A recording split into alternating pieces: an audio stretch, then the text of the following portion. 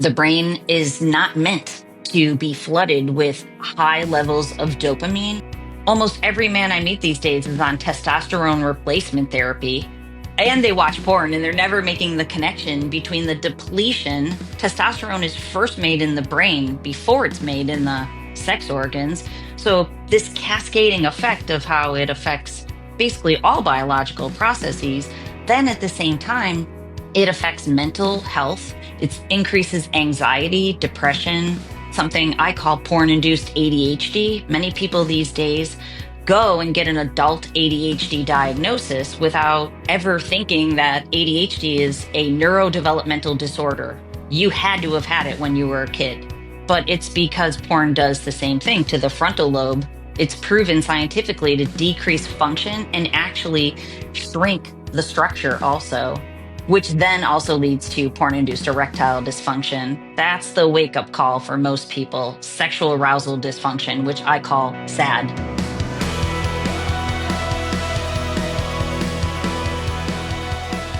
Well, as I was just speaking with my podcast guest today, before we started recording, sometimes books show up at my house randomly. In this case, she sent it to me.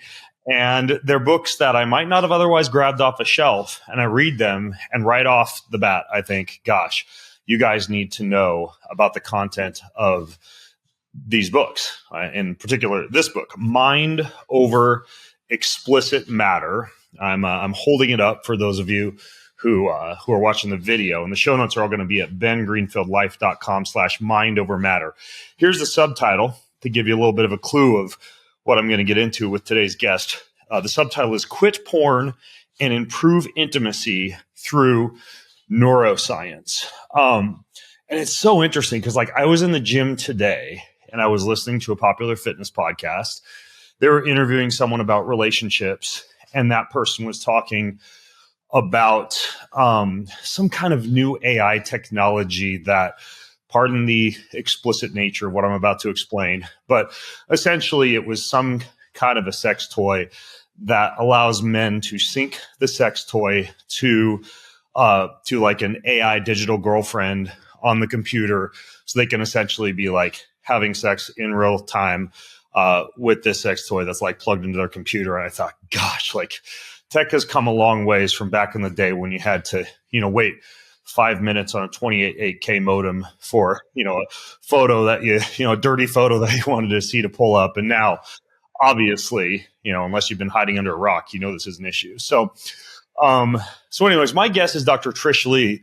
Trish is a cognitive neuroscientist. She's an addiction recovery expert, and she studies the actual neuroscience behind these things, which I think is important because sometimes I think we neglect to take into account the impact on neurotransmitters, on hormones. And sometimes the focus is just on, oh, this is dirty, this is bad, this is wrong. But there's some underlying biological mechanisms behind porn that I really want to get into today. So Trish, welcome to the show. Yeah, thanks. Glad to be here.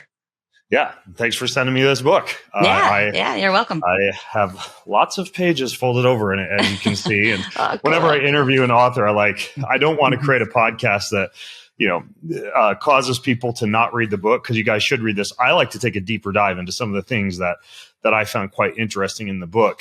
And you often see books about porn written by, counselors or pastors or maybe former porn addicts, but you're a neuroscientist. So what got you interested in this?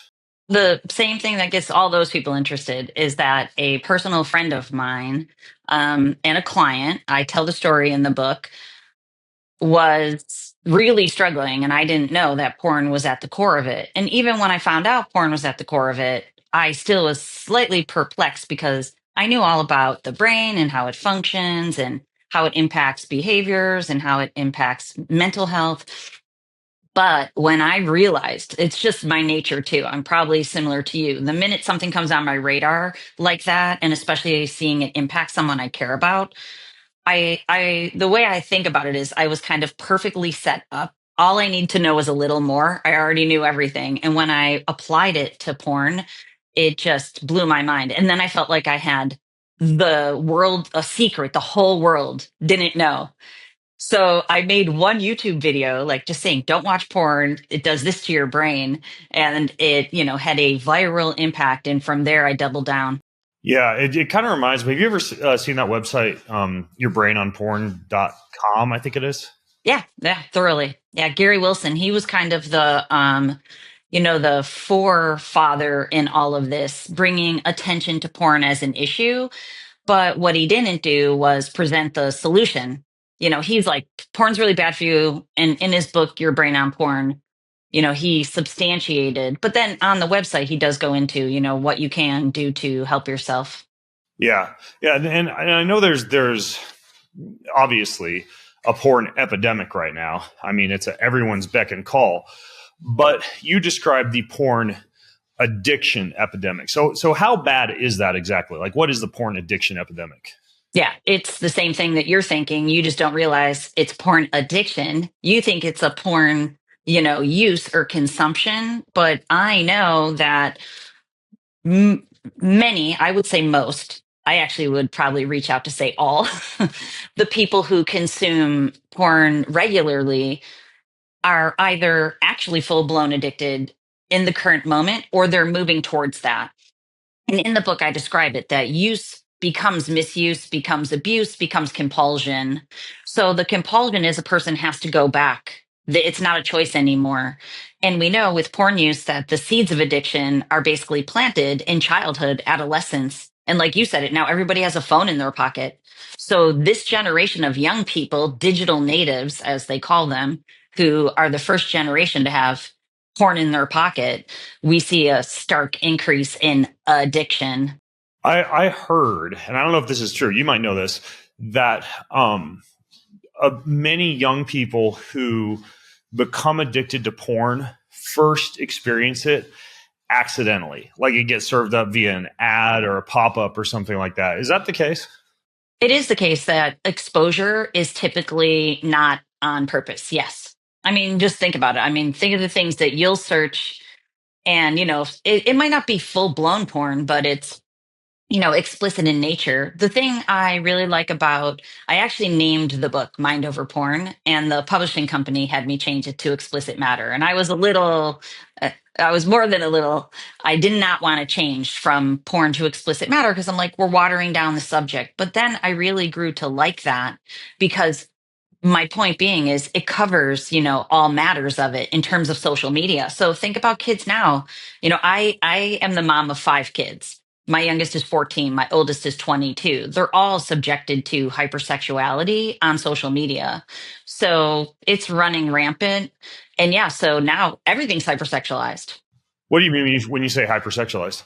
I mean that kids go onto social media. I mean, if you knew the research behind this, it's staggering how many kids share nudes with each other. Girls are Really? sharing nudes. You know, young men, boys are asking girls to share explicit matter with them. And they're looking at each other's feeds just for the dopamine hits that come along with looking at the images of girls that aren't wearing a lot of clothing, and men are consuming that primarily right now. How bad is the kind of like the OnlyFans part of this, where you can and I'm going to sound like a total Luddite here. I've never actually been to an OnlyFans. I don't even know if it's a website. Like I don't even know how it works. Like I'm that much of a Luddite. But explain to me how that's feeding into this. It is. Someone said it to me the other day that when you go on a porn site, you know what you're getting. OnlyFans is pretending. It's kind of like porn with a dress on it. You have to like look harder to realize that very much of the same thing is happening there. But the easiest way to think about it from a scientific and a neuroscience perspective is that all explicit matter exists on a continuum of supernormal stimuli. Porn proper, and which tends to be very violent, it tends to have acts and scenarios that you can't find on lower level supernormal stimuli. It's at the top. But then OnlyFans is just one notch down. Okay, yeah. I mean, the way I think about this is sometimes through an ancestral or what some might call an evolutionary lens.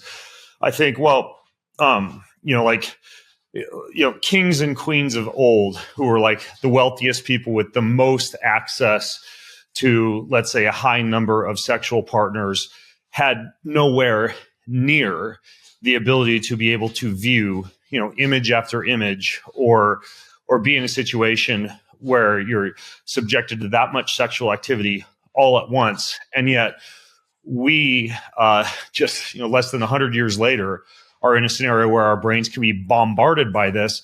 And it's kind of like, it's kind of like our current access to hyperpalatable foods, right? 24/7 at our beck and call.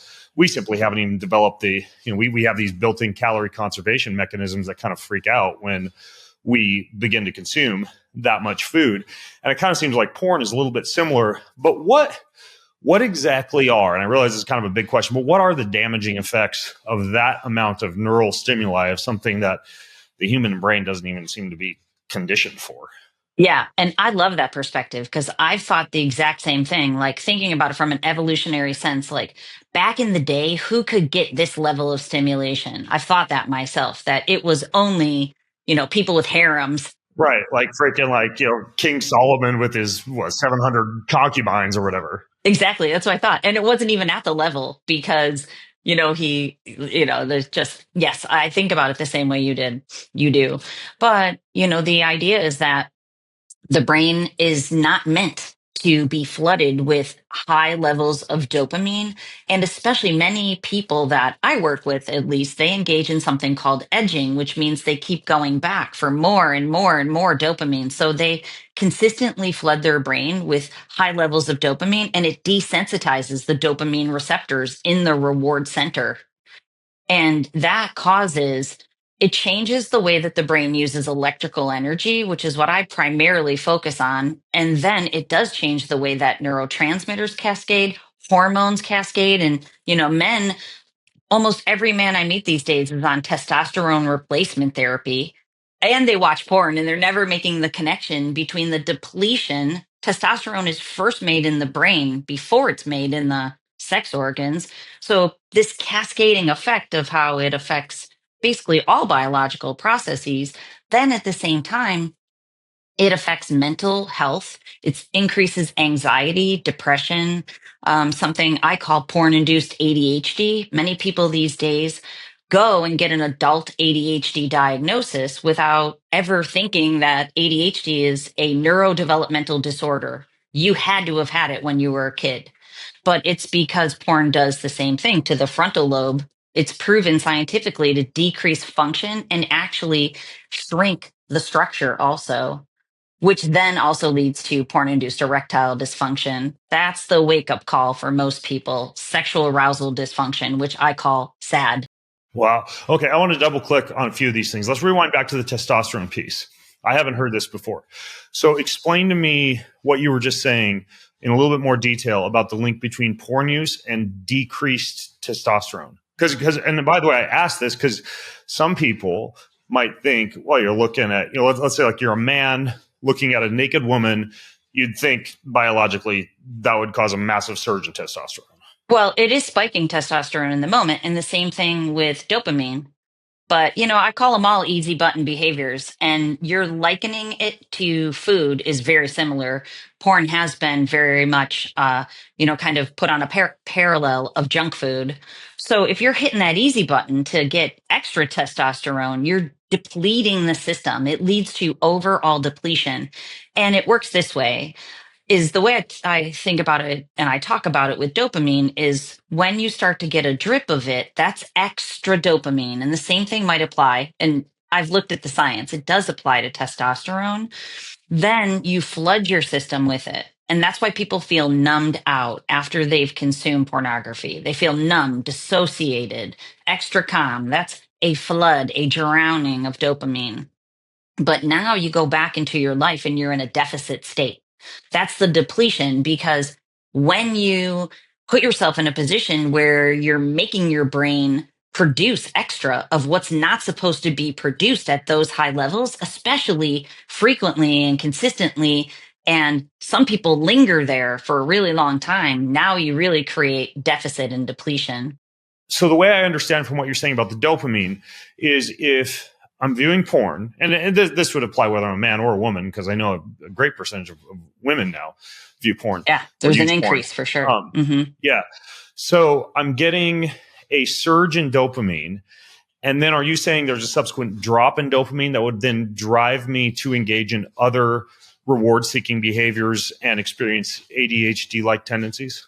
Yeah, that's exactly right. So what happens is once you've flooded your system, then so basically with continued consumption, the brain is becoming conditioned to feel okay, not even good, okay, when it has high levels of dopamine in the system. So then when you go back into your work and your hobbies and your relationships where dopamine actually should be, now there's not as much there. And the way I characterize it is that you're conditioning your brain to need level 15 or level 20 dopamine, which then does affect testosterone. So now you go back into your life, work should be dopamine producing. You should enjoy your work. A lot of people can't focus because now their frontal lobes are not functioning. So this is why a lot of people feel discontented in their life. So just to double down on the science for a minute, everything I'm telling you is proven by science. This isn't my opinion, is that people have difficulty with focus and productivity. They have decreased relationship satisfaction. They have decreased body image. They see their partners as less attractive. People stop engaging in their hobbies and they just keep going back for the high levels of dopamine. Then, of course, that is a tolerance building behavior that leads to escalation, which leads that person to, click buttons that have more violent, you know, scenarios in it, and it goes up from there. You need a higher level of stimulation. Has anybody Yeah. ever done brain scans on people who say view porn frequently versus those who do not? Yeah, that's a great question. There are studies there's two primary studies that looked at the brain scans that prove that function and structure had changed due to porn consumption. One of them, the author is usually quoted as saying that porn creates underdeveloped brains, which is true, but I think it has a level of hyperbole to it, but I can explain that one to you in a second. But the very cool thing is that I'm in the midst of doing a study that has already shown significant results with almost 400 brains. So I myself have seen this effect in, probably about 1,000 brains. I've seen it in myself, and I'm in the midst of doing the study to prove it and to prove the correlation to erectile dysfunction too. What do you mean about the underdeveloped brain part? What I focus on is EEG, electrical energy in the brain. So what happens in the brain is that, and I love this stuff, I think once you know about it, it's logical, is that when babies are born, they sleep all the time. That's because their brains are using extra slow speed. Developmentally, that's what's supposed to happen. Then as they grow a little bit older into toddlerhood, then their brains are still using slow speed. They still sleep a lot. Developmentally, your brain is supposed to speed up to the speed of calm focus. So if porn is introduced into the system, it keeps the brain in those slower patterns. Those slower patterns are actually what is at the core of ADHD. So essentially, brains develop until the age of 28. But when a person finds porn at 10, 11, that's the average age is down to under 10. Now their brains get stunted in this slower speed. And you know what happens then? It requires more stimulation. That is super interesting. I saw an interview with an OnlyFans, I don't know what you would call like a model or star or whatever, named Lily Phillips. She apparently slept with 100 guys in 24 hours or something like that. She said in this interview that she started watching porn, I think, when she was 11. Mm-hmm. Yeah. So, this is the hypersexualized brain. So the brain gets linked to sexuality and it craves it. That's the way that it gets dopamine. And it becomes a maladaptive behavior. There's so many things at play here. That's why people don't understand, because there really are a lot of working parts. So In the stages of development, psychosocial stages of development that, are long known, we move through these stages to become more emotionally mature. But if you find porn and it becomes the thing that you use to soothe and stimulate, then something difficult comes along. And instead of being able to emotionally regulate yourself, now you turn to porn to feel better. You're escaping those challenging things in life. And so we know that people's identity changes because of porn use. And I know that's a big concept to throw out there, but it's true. This maladaptive behavior makes it so that their emotional maturity doesn't develop like it would have without porn. Okay, so the erectile dysfunction piece.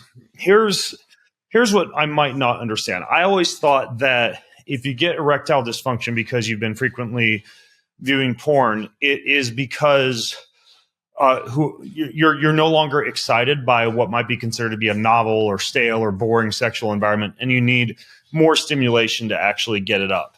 It sounds to me like you're saying there's more to it than that, and that there's like a biological component too. Oh, yeah, absolutely. And it's proven scientifically also. But, they are linked, those two ideas, because what you're talking about is the behavioral nature of it.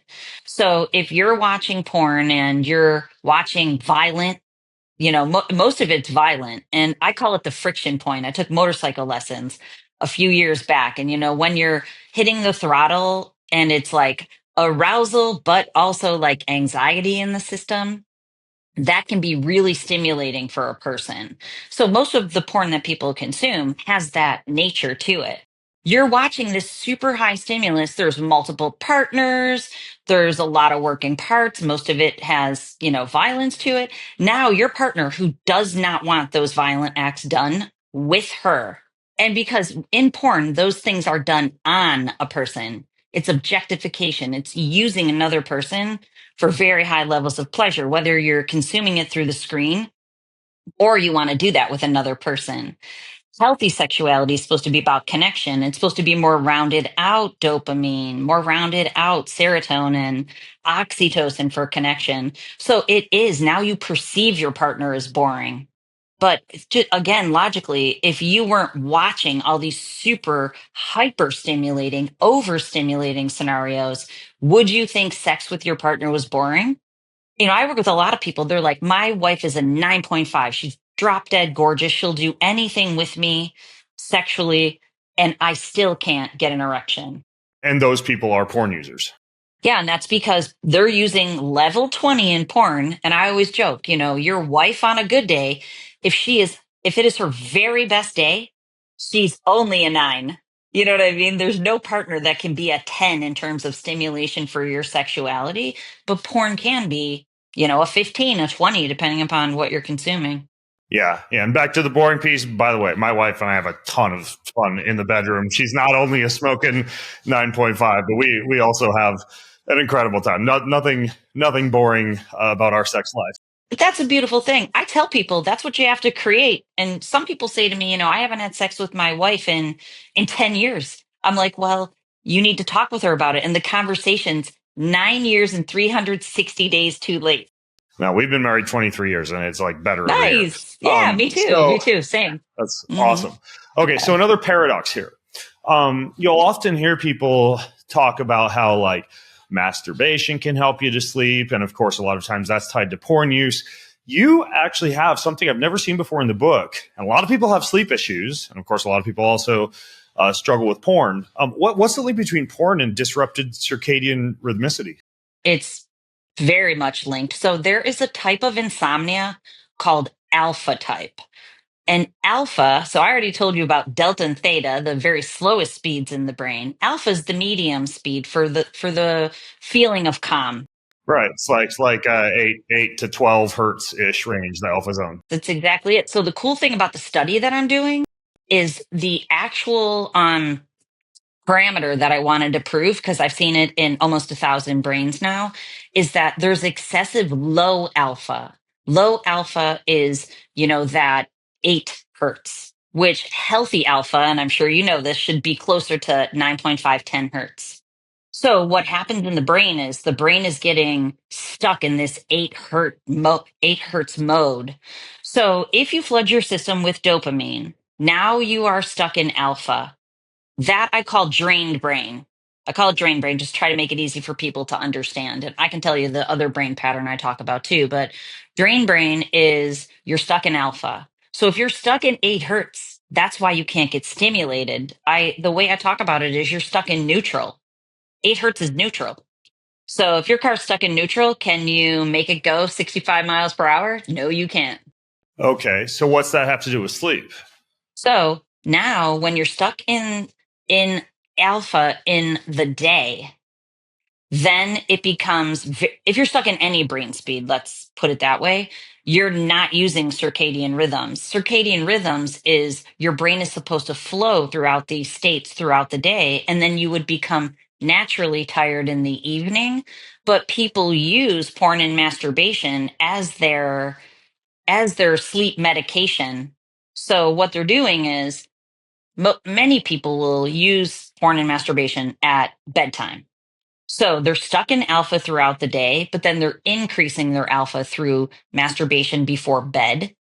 But then now you're in basically like extra neutral, which means your brain can't shift between acceleration and braking. So they can't accelerate in the day for thinking, and they can't brake at night for sleep. When you see break, you mean like shift into, say, like theta or delta from that slow alpha. That's exactly right. They stop shifting. So the way I talk about it is it's neurorigidity. You're locked in these brainwave patterns. Neuroplasticity is the solution, obviously. So healthy circadian rhythms has a lot of neuroplasticity to it.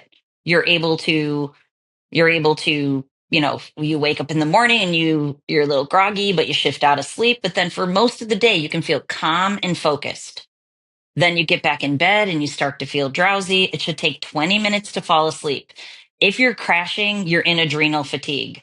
Adrenal fatigue comes out of another brain pattern that I call strained brain. It's using too much high beta, stress, anxiety. This is the primary culprit, and too much theta, but mostly too much high beta. Can porn cause high beta?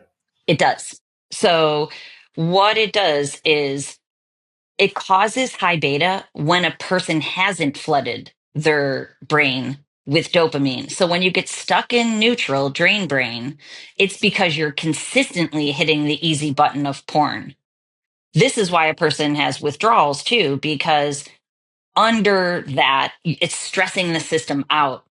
It's, like we already talked about, it's taking all the natural processes and distorting them. So the brain isn't working in the way that it's supposed to. It's working based upon when a person consumes porn or not. Okay, so basically, there's two different scenarios that could be created if I'm using porn. One would be that sluggish alpha state of 8 hertz or so, and then the other would be the stressed out beta state. Yep, wired and tired. Does it matter, like because you couldn't obviously get both at the same time, the alpha and the high beta, could you? You can actually, but usually it's a transition state. So strained brain, the high beta comes first. You're taxing the system and then you keep hitting the easy button. And then after you've taxed the system, but you keep getting more and more and more dopamine, then you flood. Then it shifts into the alpha drain brain.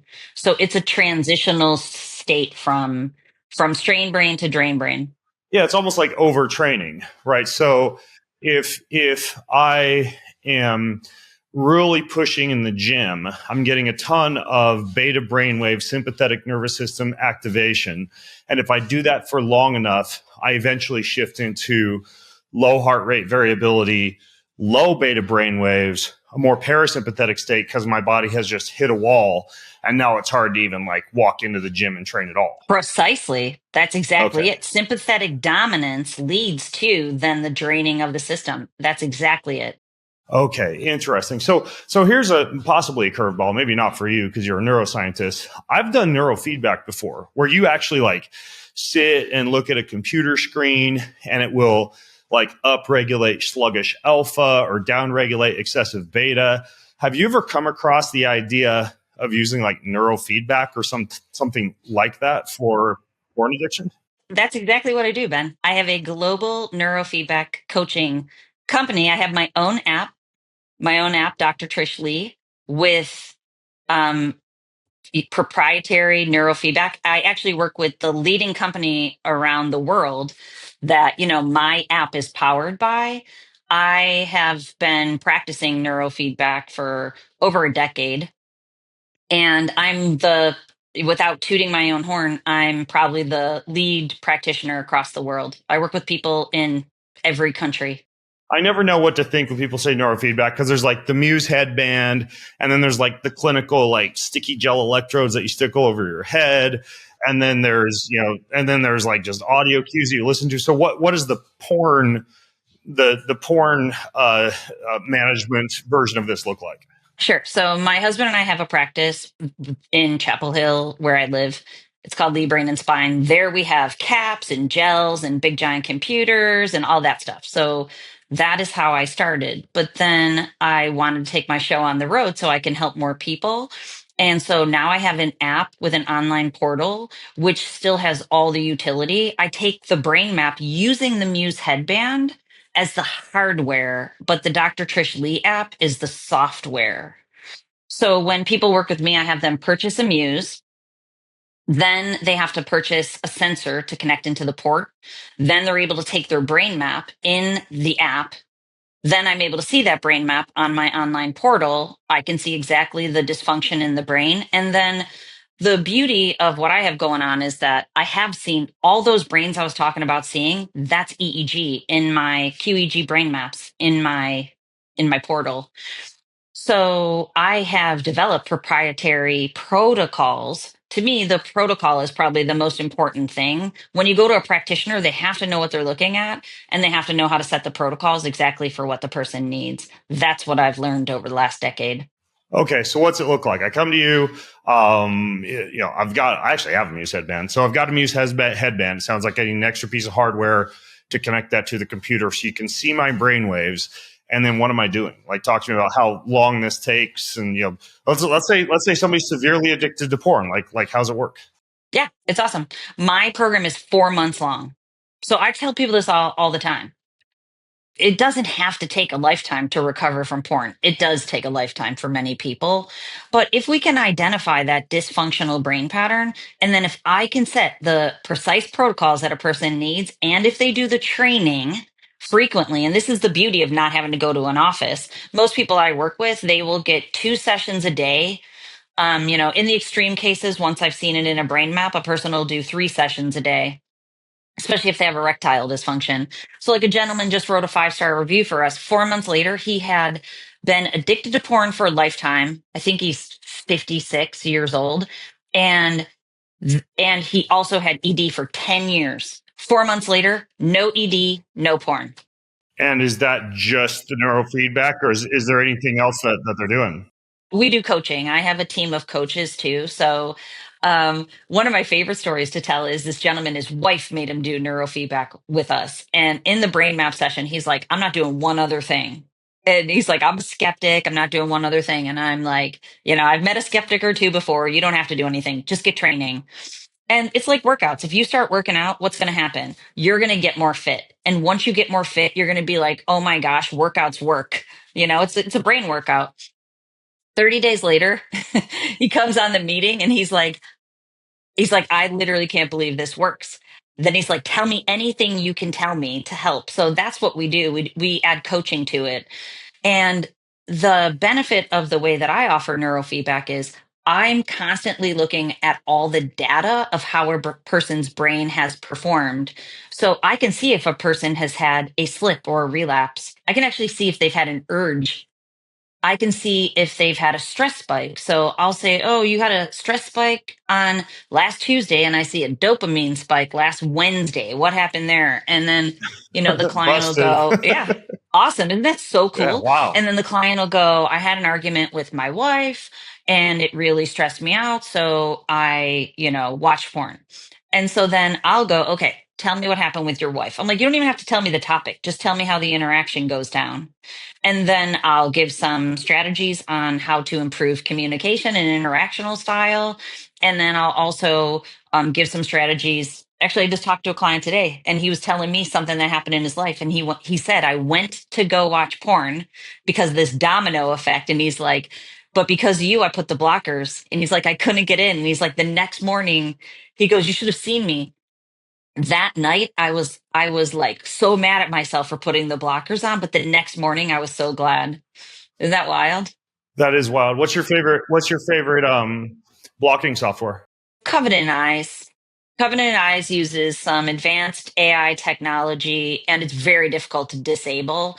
I actually have a nice working relationship with a few others, but they're pretty easy to disable. And in those moments where somebody just, needs it not to be able to be disabled, Covenant Eyes actually takes screenshots, it blurs it out, and it will send the screenshots to the person's accountability partner.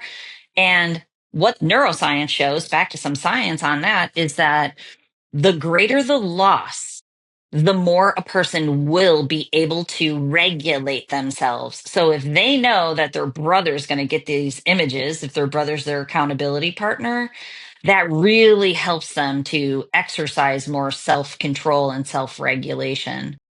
Does it work with apps? Because obviously browsers are pretty straightforward, but a lot of people are kind of like going down the slippery slope on like whatever, Instagram or Yeah, TikTok or something like that. it does work on app based. It's on their phone, so it does work on app based.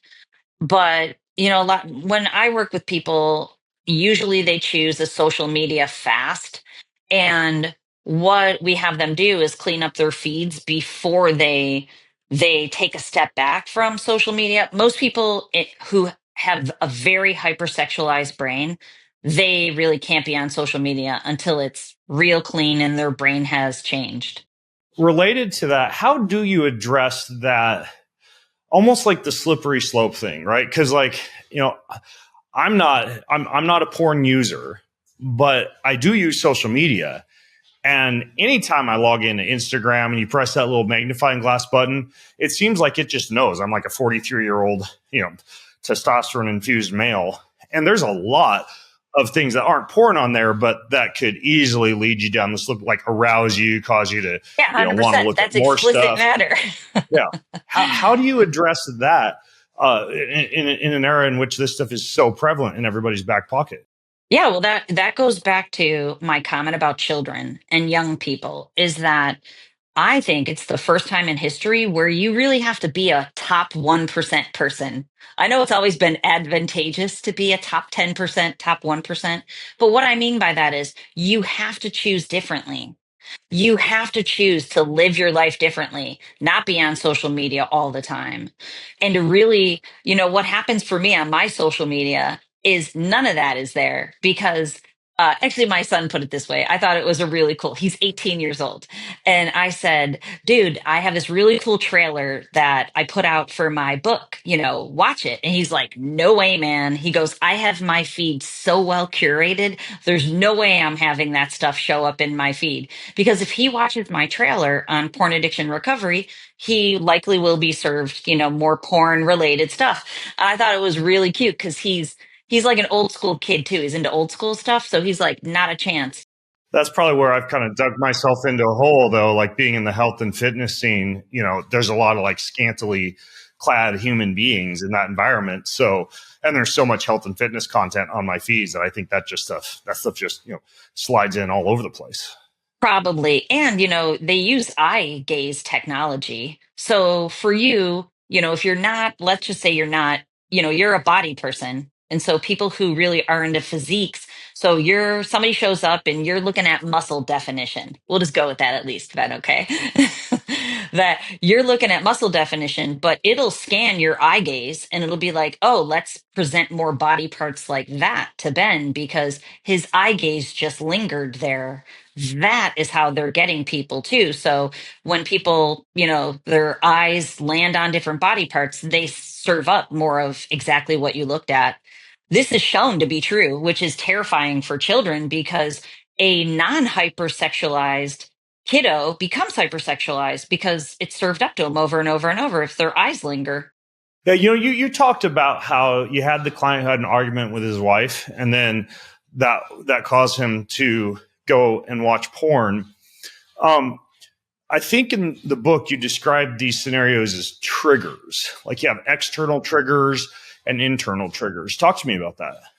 Yeah, so a trigger, and most people in the business don't love the word trigger too, once you get into it, but it's a good way to think about it. It's so external triggers are something happens to you, you get in an argument with someone, work is stressful, something happens. Usually it's stress related. Or for other people, it can be lack of overstimulation. They perceive as boredom. We can come back to that one. But in the overstimulated world, you sit on your couch for 5 minutes, you're like, I'm totally bored. So it's usually stress or boredom. Science shows that. So what happens there is then, the brain is craving it. The internal triggers, like a stressor, is you and I could have the same thing happen to us, and you're super stressed out and I'm not, or vice versa. So anxiety on the inside is an internal response. And many people, first of all, porn is ramping up the anxiety from the inside, which we already talked about. Porn's ramping up the lack of focus from the inside. Those are internal triggers. Now, you go to work and you can't produce. I had one client where he knew he was going to get fired because he had to meet a quota and he just couldn't even think enough to meet the quota, which then, of course, his anxiety is ramping up. So basically, it's things from the outside, things from the inside that then trigger you to go back to the screen for dopamine. It's always like something's happening to me. I've conditioned my brain to get a lot of dopamine from sexuality to feel better.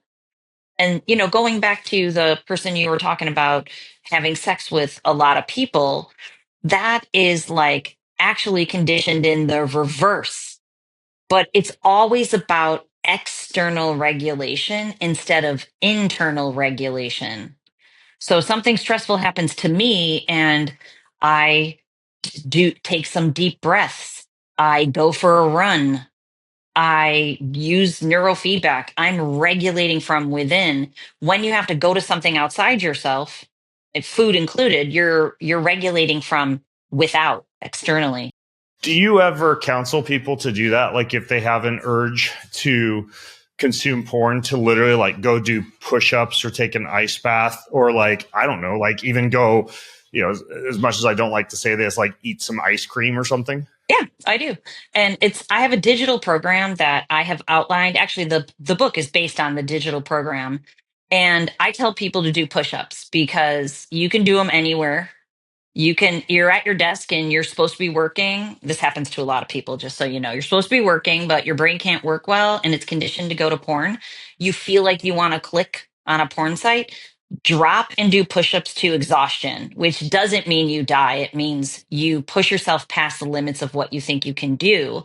And that changes your mental and physical space immediately. It creates embodiment. You get into your body instead of up in your head. And then it allows a person to, that I call that a pivot plan. It allows them to pivot in the moment. And in terms of like ice cream, I tell people to dopamine stack in the real world. So I tell people identify all the healthy things you could do in the world and then do them as much as humanly possible. And I always talk about dark chocolate because it has healthy fat. If you get it tastes like dirt if you get real dark chocolate, but it's delicious once you've learned to eat it, and it's healthy for you, and it has dopamine. It's proven to be higher in dopamine. Right. It's got anandamide and dopamine. I even have a supplement called Dopa Drops. Not that I'd, somebody's going to take this and turn it into $1 million idea of like, here, you addicted to porn, getting that dopamine low, just pop some pills and go back again, which I would not endorse. But the idea of using like a dopamine, like what's it called? Mucuna Dopa, right? It's a supplement you can buy on Amazon. Definitely. Like I tell people about L-tyrosine. Again, don't do it without your doctor helping you to do so. But these are precursors to dopamine. So there's ways that you can teach your system to enhance its dopamine production from the inside. Actually, that's what neurofeedback does, because if a person has strained brain, and actually my protocol for drained brain includes an increase in faster alpha. So when I set the protocol, I'm actually teaching the person's brain every single time they do a brain workout in neurofeedback to enhance its own dopamine production while they're walking away from external sources of dopamine. Yeah, I'm just so intrigued that you can use neurofeedback for this. You mentioned dopamine.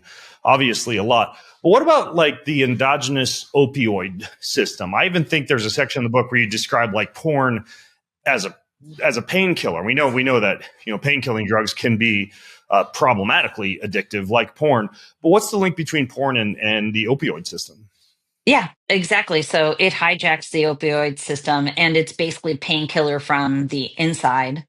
And I just talk about dopamine most of the time because that's the primary mechanism that's hijacked. And that's the one that people can resonate with too. But it really becomes an internalized pain reducer. But again, if you think about it logically, if you're hitting, an opioid from the inside to reduce your pain, you're teaching your brain inadvertently to not be able to handle pain. And the pain that most people are dealing with is just life. It's not even like, you know, pain of excess pain. It's just the pain of getting up and having to live in today's society. You know what I mean? Interesting. Now, how about somebody's partner? Like, do you ever talk to partners about how to talk to their partners who are using porn, whether it's a man or a woman? I do. I have a program called Sanity After Betrayal that it has its own website for partners. So I work with partners individually, and I've also done couples disclosure, which that'll blow your mind once we dive into that a little. But I try to teach partners about the addiction piece because partners are mad, they're mad, they're hurt, and rightfully so. It actually shifts the brain into a mode called betrayal trauma. It's proven scientifically to register as a trauma in the system. So I try to teach partners about the addictive nature of hypersexuality. And this includes infidelity too. And I know a lot of partners might be mad at me, but I try to encourage them that if they do want to work it out with their partner, which does require higher levels of emotional intelligence, that getting both partners on the same page is the way to do that. Helping, it's mostly men. So helping men to reduce the need for hypersexuality, helping partners to understand the addiction. And, many women, I talk about this, middle-aged women are trained to be hyposexual. Younger women are now being trained to be hypersexual. So, I work with a lot of people in their 50s. Their wives are trained to be hyposexual. So, meeting in the middle is actually what needs to happen for most people. Now, with the partners, curious about this because this kind of like overlaps into two categories. I'm a little bit self-conscious saying this, but I'll just lay all the cards out on the table. Yeah. My wife and I sometimes make porn for each other, right? Does that affect like what goes on in the bedroom later on when we're physically together, or does that cause some of the same issues that we're talking about when it comes to brain waves, dopamine, You probably already etc.? know the answer, don't you? I actually So, don't know. I'm okay. I'm So, legitimately curious about this. well, yeah, totally. This is what I tell people is that if you're creating, videos or images for each other as actual foreplay for for a sexual experience that's going to happen soon, then it's triggering in your brain. It's getting the dopamine flowing towards each other so that you can have an experience. But if you're doing it too often, you are creating an object out of your partner. It's objectification. So, and then you're setting yourself up that you're enjoying viewing your partner instead of being with your partner. Now it's like, okay, let me watch, like I said before, partners aren't supposed to be used. They're supposed to be enjoyed together. So, like, it does create objectification if it happens too much. So, I encourage people to do that as foreplay.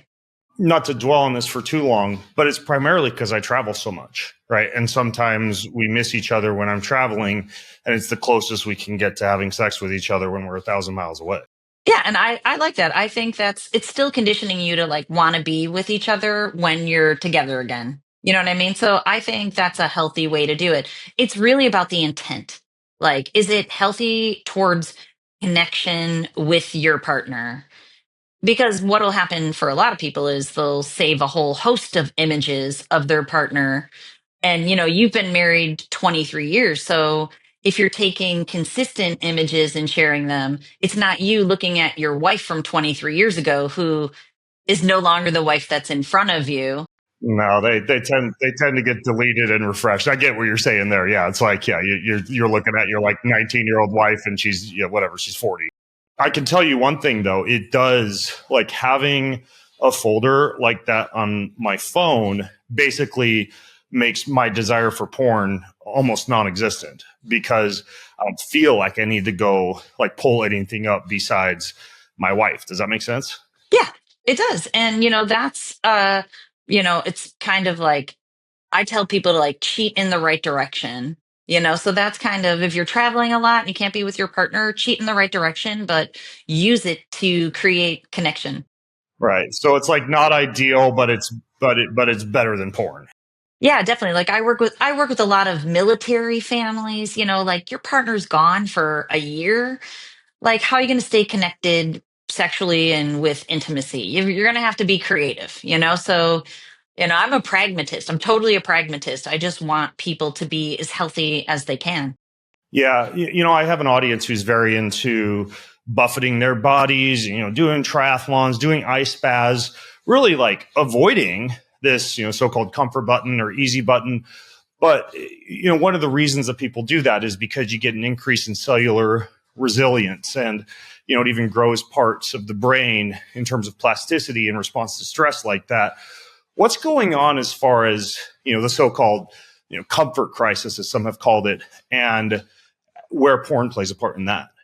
Yeah, yeah. And just to double back for 1 second, one reason am really excited to talk to you is because all the peak performers out there that use porn, they don't understand that it is the same mechanism minus the alcohol or the drugs. And that's why this is becoming epidemic for peak performers. Like I work with a lot of executives, doctors, lawyers, professional athletes, right? Like think about this, people who would never like put a lot of drugs into their system, but they're using sex in a similar way. And then what happens for my clients is they realize that it is changing the way that they regulate, and they're not able to handle some of the stressors, and they don't get the pleasure they used to out of their work. Especially professional athletes are like, I used to just get such a high from my craft here, and now I'm like looking to be with people, or usually for them because they are close to the harem, they can be able to act some of these things out with people. But goes back to strain brain and drain brain, to keep it easy, those are types of autonomic nervous system dysfunction. And you said it yourself, sympathetic dominance, that's a type of autonomic nervous system dysfunction. When you're flooded with dopamine, you're creating dysfunction. Peak performers, they don't want dysfunction, they want high levels, optimal function. And have you ever had a brain map done? Yeah, I have. You mean like a like an ECG or a An QEEG, rather? EEG, brain. Yeah. Have you Yeah, had it EEG. Yeah, done? yeah, yeah. I Yeah. have several So times. like on a brain map, if your brain is functioning optimally, everything is green on most systems. On my system, everything's green. So I call it a green zone brain. So most peak performers, they want a green brain. They want to know their brain is working optimally. So if you keep going back to porn, it's not working optimally anymore. It's too stressed out, or it needs dopamine to feel okay. And just one more point is, a lot of lawyers say this to me. I love this line too, because I've heard most everything these days. But I'm a really high performer. Like, how are you telling me my brain is dysfunctional if I'm performing at such high levels? And it's because the brain is so stressed out, strained brain, stress in the brain. Then they have to hit the easy button of porn to get dopamine.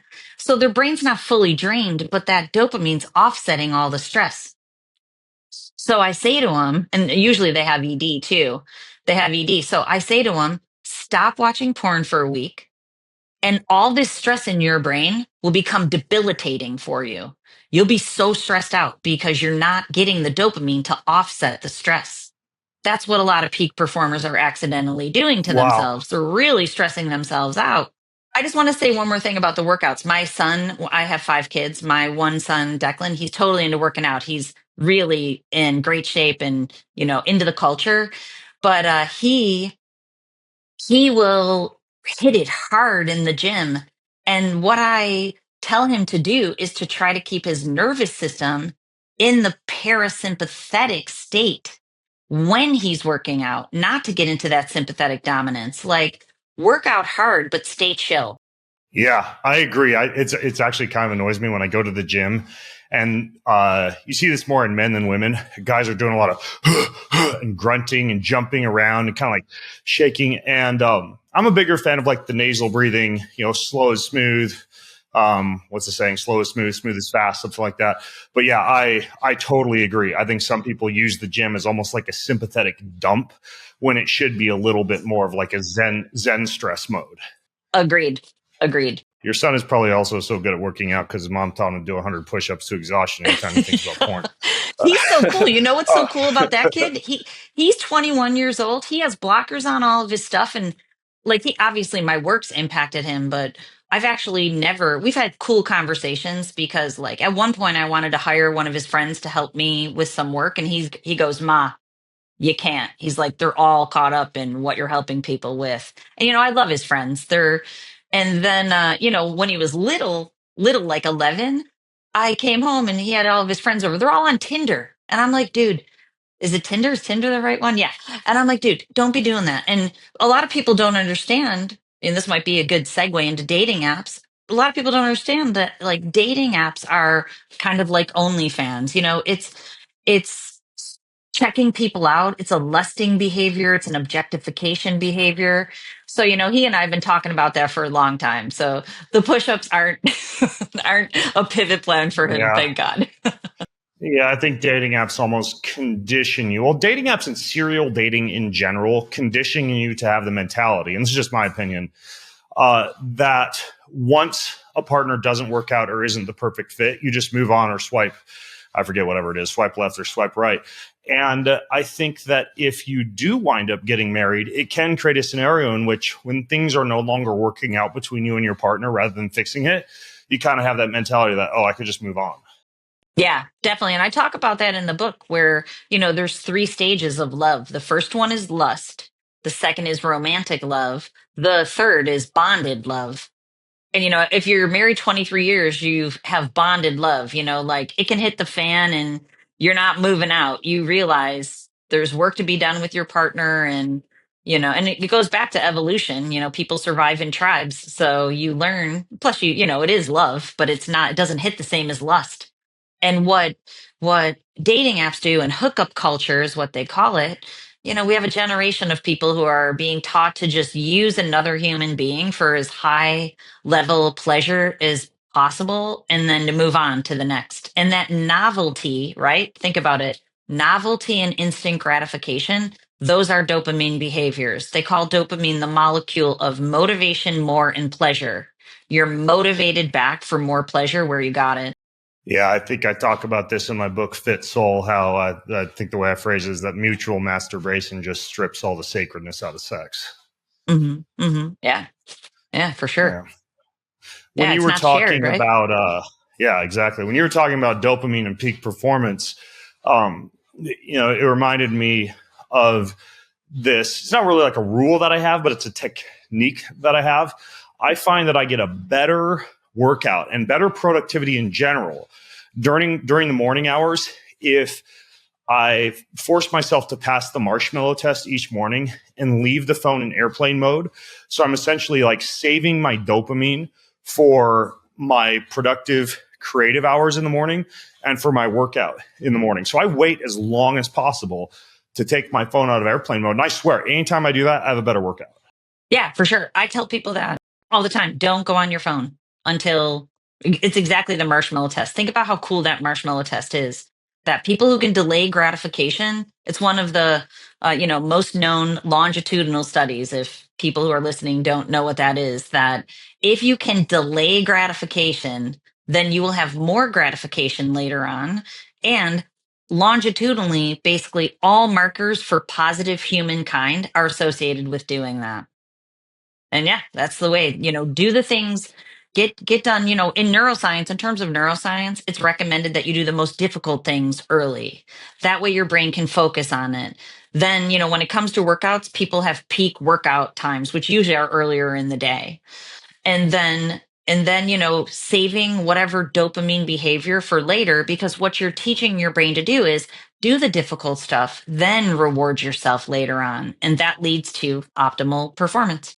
Channeling my inner Jordan Peterson saying this, but delayed gratification seems to lie at the core of many religions, including Christianity. This idea that salvation and eternal rewards are reaped from passing the marshmallow test during your physical carnal life, and that by not stealing, not cheating, not lying, not committing adultery, and relying upon the grace of the higher power to do so, that you will reap rewards eternally in the life to come, right? That's part of the basis of Christianity, for example. Absolutely. But how I think about it is it's on the same lines, but I think you don't even have to wait till life eternal. And I think of it as divine purpose. So in the book, I talk about figuring out who your authentic self is. Don't escape into porn because you can't handle the life you've set yourself up with. Instead, be the 1%, be courageous, figure out what you want, do it. But it has to be healthy. It shouldn't be something that's unhealthy. So, if you want to be a pilot and your mom tells you not to, go be a pilot anyways. My parents were so disappointed in me for about 30 years because I kept choosing. I'm like, Ma, I don't want to do that. I was a tenured and promoted college professor, university professor. I was great at it. And I left. My poor father almost died. This was like the 10th thing that I did that he didn't agree with. So by then he was conditioned. I'm like, I have to follow what my heart is telling me. And then of course my parents are 85 now. My dad goes, the cool thing about you is you just always do what you want to, and it always works out for you. And that's the delayed gratification piece. Like when you have a dream of doing something, I just told the same client this morning because he's like, I have these dreams of what I want to do. And, I've got it all down on paper. I'm like, do this, do one thing today that leads you towards it. Imperfect action, something little, and check it off. Your brain will get a dopamine hit for the little check mark, and you will be on your way to creating your dream. Dreams aren't made in a big bang moment. They're made in the tiny little moments when no one's watching. Yeah, the momentum of motivation. And things seem to be working out okay for you, Trish. Yeah. And just to go back to your point, we don't have to wait till the life eternal. I think you can have heaven on earth. And that is actually what's meant, is that when you tap into your divine purpose, and your courage only comes in the face of fear. So when you do it anyways, and you're doing it, you blaze trails, you make a couple people disappointed or mad in you, but you stay convicted to the thing that you want, then you get heaven on earth. You don't even have to wait. Oh, gosh, thanks. So we scratch the surface, which is, like I mentioned in the introduction, often my intention when I interview an author is not to leave people knowing that they don't need to read the book, but to give them a little taste and to dive into things that, we can explore from pages I've folded over in the book. But it's called Mind Over Explicit Matter: Quit Porn and Improve Intimacy Through Neuroscience. The website is bengreenfieldlife.com/mindovermatter. You can check out Trish's neurofeedback services, her app, the book, of course. Highly recommend. I have twin 17-year-old sons, and this is the type of stuff that gives me tons of ammo to help them out in life. So, Trish, thank you so much for writing the book, for the work that you do, and for coming on the podcast. You're making a difference in the world for sure. Ah, beautiful. Thank you. It's been fun being here. I appreciate it. All right, folks, I'm Ben Greenfield along with Dr. Trish Lee, signing out from bengreenfieldlife.com/mind-over-matter. Have an incredible week. Do you want free access to comprehensive show notes, my weekly roundup newsletter, cutting edge research and articles, top recommendations from me for everything that you need to hack your life, and a whole lot more? Check out bengreenfieldlife.com. It's all there. bengreenfieldlife.com. See you over there. Most of you who listen don't subscribe, like, or rate this show. If you're one of those people who do, then huge thank you. But here's why it's important to subscribe, like, and or rate this show. If you do that, that means we get more eyeballs, we get higher rankings, and the bigger the Ben Greenfield Life show gets, the bigger and better the guests get, and the better the content I'm able to deliver to you. So hit subscribe, leave a ranking, Leave a review if you got a little extra time. It means way more than you might think. Thank you so much.